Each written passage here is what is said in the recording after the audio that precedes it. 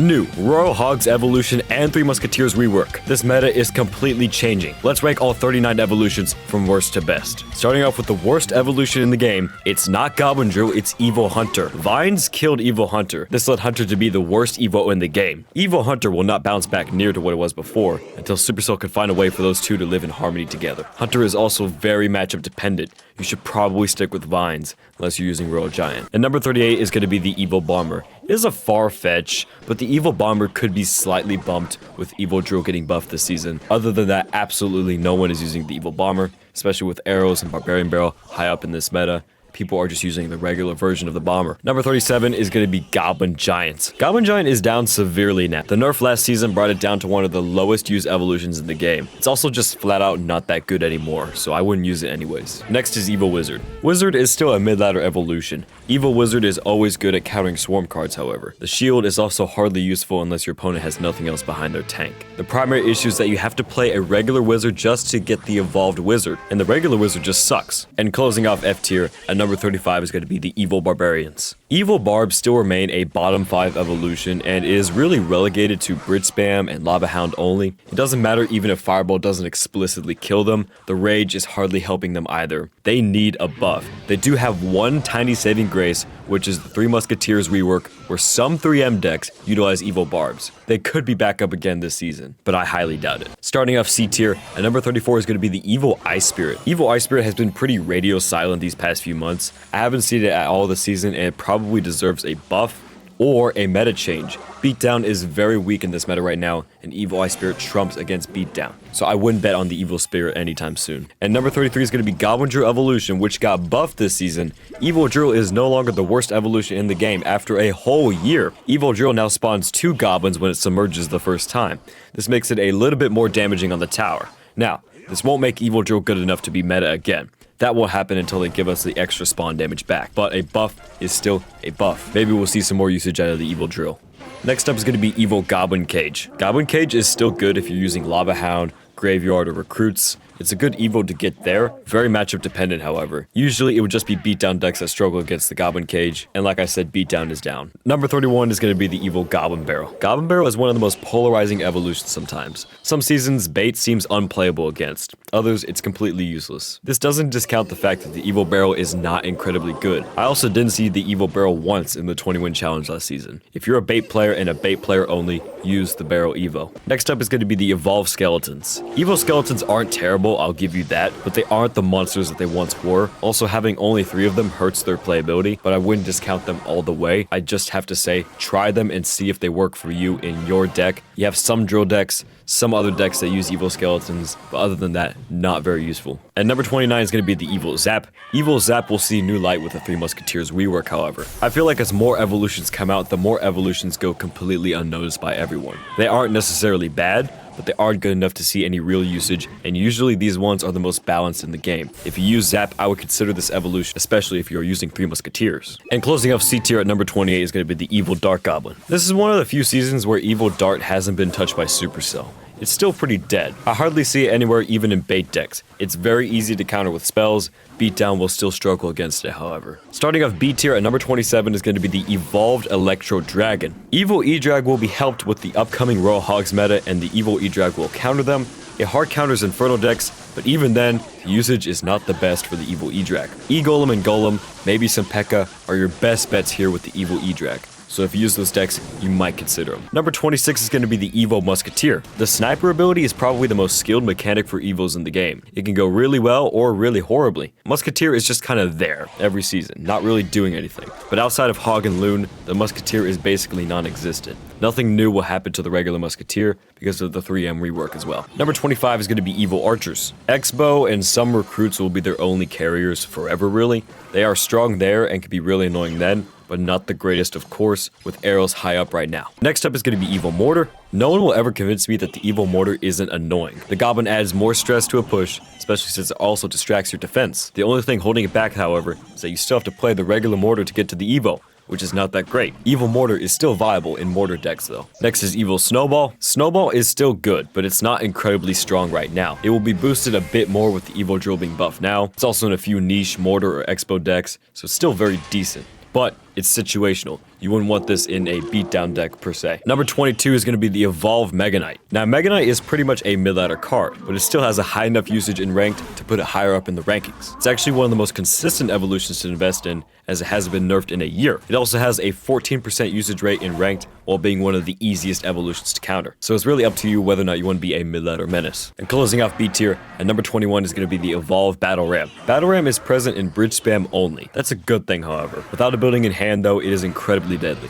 and some decks struggle against it. The evil barbs don't help much either, and hardly anything has changed with it this season. It's very annoying to deal with sometimes though. And guys, make sure you like and subscribe. It's much appreciated, especially if you enjoy. Thank you. Starting off A tier at number 20 is going to be Evil Bats. Evil Bats are great with Miner and Mega Knight decks. If you don't have arrows, they are scary to go against, especially when they play them at the bridge with a Miner. That will take your tower. They're hardly used in mid-ladder though, and that's why some people think they're not strong. Even then, probably the most annoying Evo in the game, and they're almost always a negative elixir trade. Number 19 is going to be the Evil Skeleton Barrel. You see Skeleton Barrel now in only recruits decks, and that's fine. Evil Skeleton Barrel also does a ton of damage to the tower. I think it's like 800 damage to the tower at level 15. It's a strong evolution in many scenarios, but a building will just counter the Evil Skeleton Barrel anyways. Following up with skeletons, at number 18 is going to be the Evolved Skeleton Army. Evil Skarmy was one of the most balanced releases in the past few months. I said it was going to be very good last season, but that was because the only gameplay we had was over-exaggerated scenarios. I wouldn't discount how terrifying it could be in many situations though, but arrows simply kills them like before. So it's not the strongest evil in the game, but still deserving of A tier because of a lot of different scenarios. Number 17 is going to be the Evolve Lumberjack. Mid-ladder and Balloon will be most of the evil Lumberjack's usage, so if you fall under these categories, it might be okay. It's not the best evil though.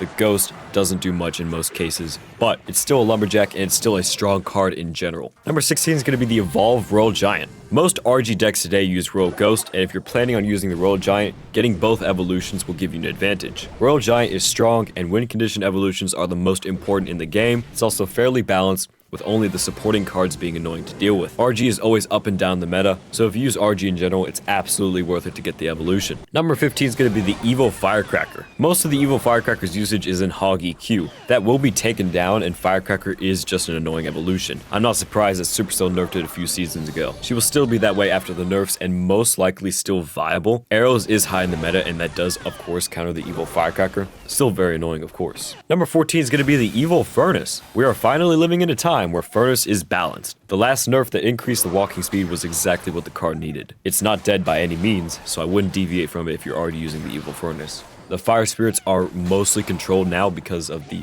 nerfs, and it's still a good card in general. Number 13 is going to be Evo P.E.K.K.A. P.E.K.K.A. went through a weird path these last few months. Before the season, P.E.K.K.A. was being hoisted by Goblin Giant Beatdown. Today, it's being helped with the Evo Royal Ghost. Now that Ghost is down, it will hurt a bit, but I don't think the Evo P.E.K.K.A. will be down too much this season. Some people are also refusing to use the Evolved P.E.K.K.A. in favor for other evolutions, so it's really up to you. Number 12 is going to be the Evo Baby Dragon. Baby Dragon is sitting in the hotel lobby waiting to be checked in right now. The beatdown meta that the Baby Dragon needs is not present right now. If you use Golem or E-Golem, it's a very good evolution however. Speeding everything up, it makes beatdown a lot more difficult to counter, and it does end up being very strong in those situations. Number 11 is going to be the Evolved Tesla. There will always be a market for defensive buildings, and Tesla is slowly getting the room it needs to be meta. Tesla's stun also makes it very annoying, and it's almost always a solid option for defense. Compared to Evo Cannon, it's anyone's game. Choose between the Tesla or the Cannon. Next up is going to be the Evo Witch. Despite being nerfed last season, the Evolved Witch sees a 9% usage rate in regular ranked at the time I'm recording this at the end of last season. It felt like the nerf did nothing to the Evo Witch. She's still very annoying to go against in a lot of situations, so, especially in mid-ladder, I would use her. Number 9 is going to be Evo Cannon. Evo Cannon has decreased in usage last season. It's still the dominant defensive building, but only by a slight margin to the Evo Tesla. One major advantage that Tesla does have is that it counters air, and Cannon does not, but Cannon is obviously cheaper, and the ability is one time with the Cannon. Again, this is why in most decks, a choice between the two is very possible. Number 8 is going to be Evil Wallbreakers. Evil Wallbreakers are still a very good evolution. In ranked last season, they took like a 6 or 7% usage rate. They did get nerfed last season, but it was deserved since they were so strong, and they still are a solid Evo to invest in. Defense and offense, both situations, Wallbreakers are very powerful. Number 7 is going to be the Evolved Inferno Dragon. Inferno Dragon is also a very good evolution in the right situation. It's one of the evils keeping beatdown in its place. Practically though, it's not the greatest evolution, and many cards stun it anyways. In terms of strength, it's great, and that's why it's so high in this ranking. Next up is going to be the Evolved Knight. Similar between Cannon and Tesla, Evo Knight and Evo Valkyrie are both great options, but Valk is just higher right now. Some decks will utilize one or the other better, so I would go for both if you can, or pick your favorite. It's really that simple. And closing off A tier, at number 5 is going to be the Evolved Recruits. Recruits have always been a solid win condition, mostly because of the evolution. Now that Royal Hogs Evo is here, splitting Recruits and Hogs at the Bridge is even more annoying to deal with. Even if you don't plan on becoming a Recruits player, it's still a great card to have around.